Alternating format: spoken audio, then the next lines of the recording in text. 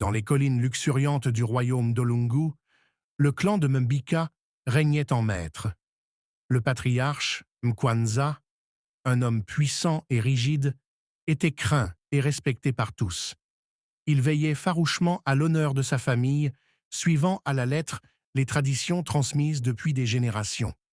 Sa plus grande fierté était sa fille aînée, Nyara, une jeune femme à la beauté éclatante et au cœur aussi sauvage que les terres qui les entouraient. Promise à Jombo, le fils d'un chef influent, elle était destinée à sceller une alliance qui renforcerait la puissance du clan. Mais dans l'ombre, un autre amour avait germé. Nyara était tombée sous le charme de Kalenzi, un sculpteur au talent rare mais de sang modeste. Ils s'étaient rencontrés un soir sous la pleine lune, près du fleuve sacré. L'air embaumait le parfum des manguiers, et c'est là que leurs regards s'étaient croisés pour la première fois. Kalenzi, bien qu'humble, possédait une sagesse et une douceur qui éveillèrent en Nyara des émotions qu'elle n'avait jamais connues. Leur amour était interdit, mais d'une intensité que ni le poids des traditions, ni la peur du jugement ne pouvaient éteindre. Plus le mariage arrangé approchait, plus Nyara sentait le poids d'une vie qui n'était pas la sienne. Elle se confia à sa mère, Kisa, qui, déchirée entre son amour pour sa fille et son devoir envers son époux, ne put que la conseiller de suivre son cœur. Mais cela signifiait défier Mkwanza, un homme dont la colère pouvait détruire bien plus qu'une simple union. Une nuit, Nyara prit une décision radicale. Elle s'enfuit avec Kalenzi, fuyant la protection des esprits du clan et les frontières du royaume d'Olungu. Ensemble, ils se cachèrent dans la forêt épaisse, espérant échapper à la traque que Mkwanza ne manquerait pas de lancer. Leurs cœurs battaient à l'unisson, mais le souffle des ancêtres les traquait aussi, invisible, pesant. Lorsqu'au village, on découvrit la disparition de Nyara, la fureur de Mkwanza éclata comme un orage sur la plaine.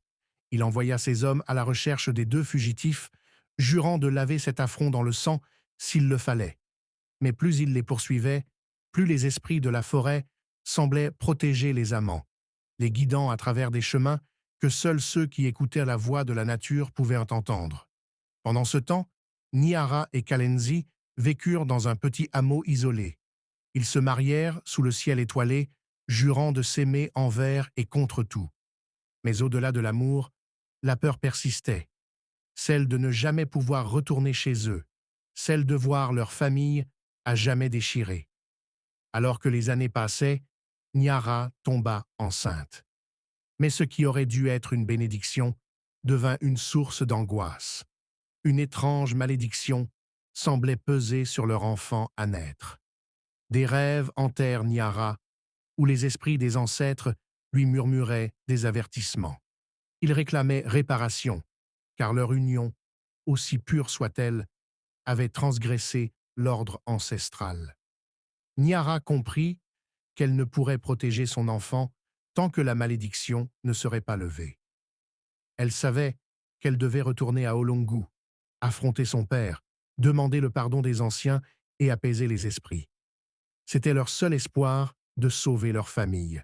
Le retour au village fut périlleux. Mkwanza, plus âgé et affaibli par le temps, n'avait cependant pas oublié l'affront. Lorsqu'il vit sa fille à genoux devant lui, il ne sut quoi penser. Nyara, le ventre arrondi, supplia son père de comprendre. « Je t'ai désobéi.